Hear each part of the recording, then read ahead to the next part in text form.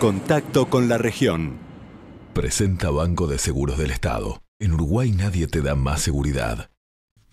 Cientos de miles de personas se manifestaron ayer en toda la República Argentina para rechazar los recortes de fondos a las universidades públicas, en lo que constituyó la mayor manifestación hasta el momento contra la política de ajustes del presidente Javier Milei.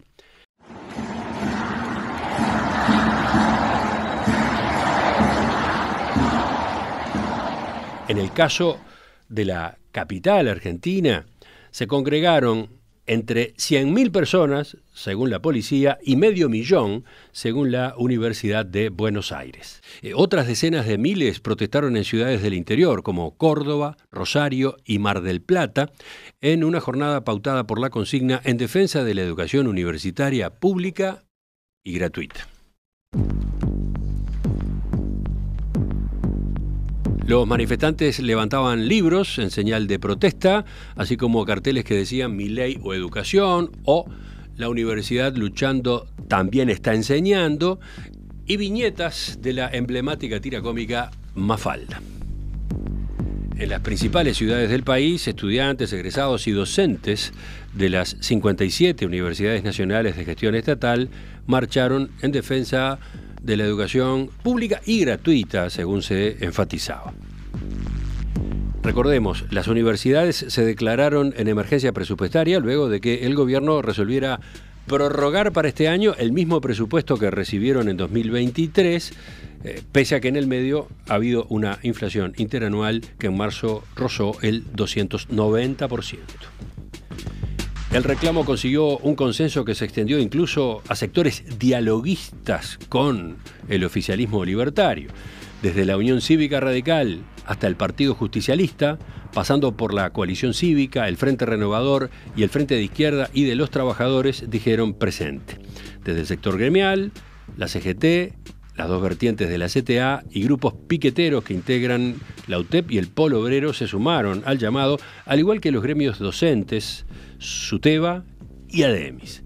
También adhirieron desde instituciones privadas como estudiantes de la Universidad Argentina de la Empresa, la Universidad de San Andrés y la Universidad Torcuato Di Tella. Ayer tuvimos el informe de Fernando Gutiérrez en la previa de esta jornada, cuando estaba para analizar el discurso que el presidente Javier Milei había emitido por cadena nacional de radio y televisión en la noche previa.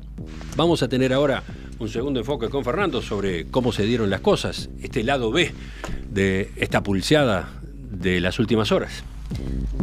Fernando, ¿qué tal? Buen día, ¿cómo estás?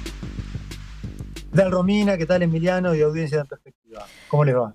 Muy bien. Fernando, a ver, ¿cuál es la evaluación política sobre la jornada de protestas contra el recorte presupuestario universitario? ¿Milei ganó o perdió? Y en principio parece que fue más el costo que el beneficio para el presidente, ¿no? Para empezar, la marcha, como se esperaba, fue masiva, pero tal vez hasta impactó el volumen, la convocatoria. Ustedes comentaban recién, como siempre, hay divergencias sobre las cifras. La policía dijo 150.000, los organizadores dijeron 800.000 solamente en Buenos Aires. Sea cual sea el número que esté en el medio, fue realmente mucho. En el acto de Plaza de Mayo, los discursos estuvieron a cargo solamente de docentes y estudiantes porque se intentó que no tuviera una connotación partidaria, pero lo cierto es que fue inevitable sentirlo como un acto opositor al gobierno, y estaban presentes principales dirigentes del peronismo y la Unión Cívica Radical.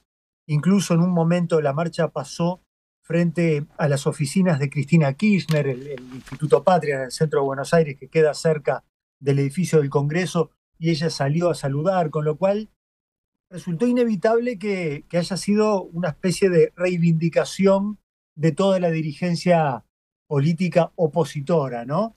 Hubo también columnas de organizaciones sindicales.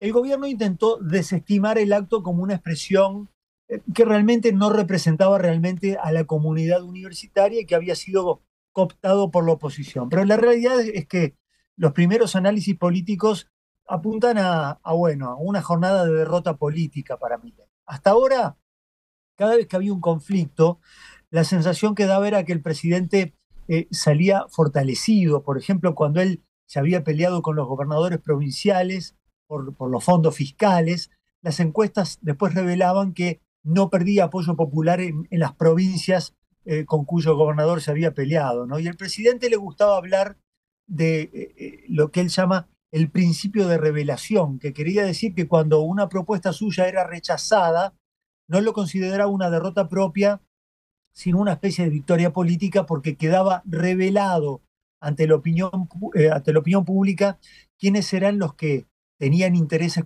económicos Ujú. que habían sido afectados. Entonces, por ejemplo, si un gobernador provincial le decía que no tenía fondos para pagar sueldos, él le recordaba a ese gobernador que antes había financiado, por ejemplo, un recital de Lali Espósito y que si no cortaba, que si no redistribuía fondos era porque estaba defendiendo eh, algún interés, algún kiosco político, algún rubro presupuestario sospechado de estar defendiendo algún sector en particular. Pero claro, con el tema universitario la situación es diferente porque afecta directamente a lo que es la base de su apoyo electoral, a la juventud. Eso El te tema iba de a universidad. preguntar, ¿corre riesgo de que los jóvenes le retiren apoyo político a Milei? Y es el tema que está en el centro del análisis, en el centro del debate. Ayer un comentario recurrente en la cobertura mediática de la marcha de Plaza de Mayo era que entre la concurrencia seguramente debía haber un alto porcentaje de votantes de Milei, ¿no?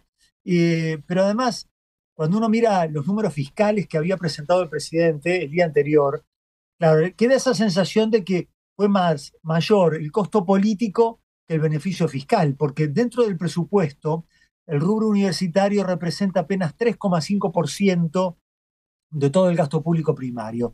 O Ujú. sea que se le hizo un recorte de 25% a las universidades, que apenas significa un aporte marginal al ahorro, pero que es un gran problema desde el punto de vista político. Fíjense que, por ejemplo, todo este conflicto terminó tapando el hecho de que los fondos universitarios ya venían en caída en las gestiones anteriores. Y uno de los datos difundidos ayer indica que durante la gestión de Alberto Fernández el presupuesto cayó 16% respecto del nivel que había en la gestión de Mauricio Macri. Eh, Sin embargo, ayer en la marcha, una de las personas que estaba apoyando al gobierno era el ex ministro de Economía, Sergio Massa, en cuya gestión también se había reducido el presupuesto. Entonces, eh, ese es digamos, la ventaja que concedió Milei a la oposición. Ayer en los discursos se señalaron como si fueran problemas nuevos, situaciones que en realidad eran de larga data, como el deterioro edilicio, la desfinanciación de hospitales universitarios, los bajos salarios docentes. Fue, desde el punto de vista político, una jugada en la que el gobierno terminó teniendo una mínima ganancia desde el punto de vista presupuestario y dando una gran ventaja desde el punto de vista de la discusión política. La cuestión es que ya hubo algunas señales en el sentido de que el gobierno va a tratar de desescalar el conflicto, mejorar la Ujú. asistencia financiera. Hay una convocatoria a los rectores de las universidades nacionales para la semana próxima para tratar de llegar a un acuerdo, aunque debo decir que pese a todo, hay algunos temas en los que es posible que la mesa chica de Milei esté haciendo una evaluación política positiva, y es que se puso sobre el tapete de la agenda nacional toda una serie de temas tabú, como por ejemplo el examen de ingreso, la posibilidad del arancelamiento, el cobro a los estudiantes extranjeros, la devolución de fondos por parte de profesionales. Se ha mencionado mucho el caso de Uruguay en los debates en los medios sobre a ver si se puede instaurar alguna forma de que los profesionales, una vez recibidos, hagan algún tipo de devolución a la universidad. Se visibilizó la discusión sobre contenidos de programas educativos, especialmente en ciencias sociales, donde salieron a la luz críticas sobre sesgo ideológico. El propio Milei, a quien le gusta calificar la Facultad de Ciencias Económicas de la UBA, de la Universidad de Buenos Aires, como la keynesianera, bueno, ha sido un entusiasta promotor de ese debate, ¿no? Y además se instaló otro tema tabú, que es cierta opacidad en el manejo de los fondos presupuestarios y la sospecha de irregularidades que no llegan a ser captadas por las A auditorías. ver, ¿cómo es eso? Porque hay toda una polémica sobre las auditorías de las universidades, ¿verdad? Sí, es uno de los temas que ha ganado intensidad y que ha vuelto otra vez al debate precisamente a raíz de todo este conflicto, ¿no? Los directivos de las universidades, sobre todo de la Universidad de Buenos Aires, se defienden de las acusaciones con el argumento de que ellos tienen dos auditorías. Tienen una auditoría interna y otra externa que está a cargo de la AGN, la Auditoría General de la Nación. El gobierno dice que esa auditoría externa no resulta confiable, porque en realidad esa entidad, la AGN, depende del Congreso. De hecho, los auditores son senadores y diputados, así que hay como una sospecha de que en los hechos termina respondiendo políticamente al peronismo, que es el que históricamente domina el Senado. Así que hay como cierta sospecha de parcialidad política, pero además la mayor crítica que se le hace es que la Auditoría General de la Nación no realiza un trabajo exhaustivo ni eficiente. Se publican informes con mucho retraso. Se ha denunciado que para algunas facultades hace años que no constan en lugares accesibles públicamente auditorías de los años recientes. En algunos casos figura como último dato publicado auditorías del año 2016. Así que bueno, la intención que manifestó el gobierno es que las universidades nacionales se tienen que someter a la auditoría de la otra entidad que audita el sector público, que es la Sindicatura General de la Nación, la SIGEN, que a diferencia de la AGN depende del Poder Ejecutivo y tiene una reputación de tener un perfil más profesional. ¿Qué ocurre? La Universidad de Buenos Aires responde que ellos no pueden ser auditados por la SIGEN porque eso vulneraría la autonomía universitaria y que lo que corresponde por ley es la auditoría de la Auditoría General de la Nación. Como ruido de fondo, en la superficie es una discusión técnica, pero hay un tema mucho más pesado en el debate de fondo y que es una sospecha de manejos irregulares, que además toca directamente a gente que ocupa cargos muy encumbrados en la Universidad de Buenos Aires. En particular, hay toda una situación que atañe al actual vicerrector de la UBA, Emiliano Jacobiti, que además es el vicepresidente de la Unión Cívica Radical y una persona muy estrechamente vinculada al senador Martín Lustó, que es la principal figura de la UCR. Jacobiti era secretario de Hacienda de la Universidad de Buenos Aires cuando hace 9 años se hizo una denuncia por irregularidades en compras de insumos para el Hospital de Clínicas y ha sido denunciado por favorecer a proveedores con los cuales él mismo tenía un vínculo empresarial, comercial. Así que es un tema mucho más pesado el que está detrás de este debate, de esta discusión aparentemente técnica sobre cómo corresponde hacer las auditorías. El gobierno dice que es otro de los temas que la semana próxima, cuando haya una reunión entre el Ministerio del Capital Humano, de quien depende la Subsecretaría de Universidades, y los rectores de las universidades nacionales, va a estar sobre la mesa. Los rectores dicen que para ellos el tema es absolutamente claro, que está marcado por ley, que ellos tienen que ser auditados por la AGN y que tienen muchas instancias de auditorías que garantizan la transparencia. El gobierno afirma lo contrario.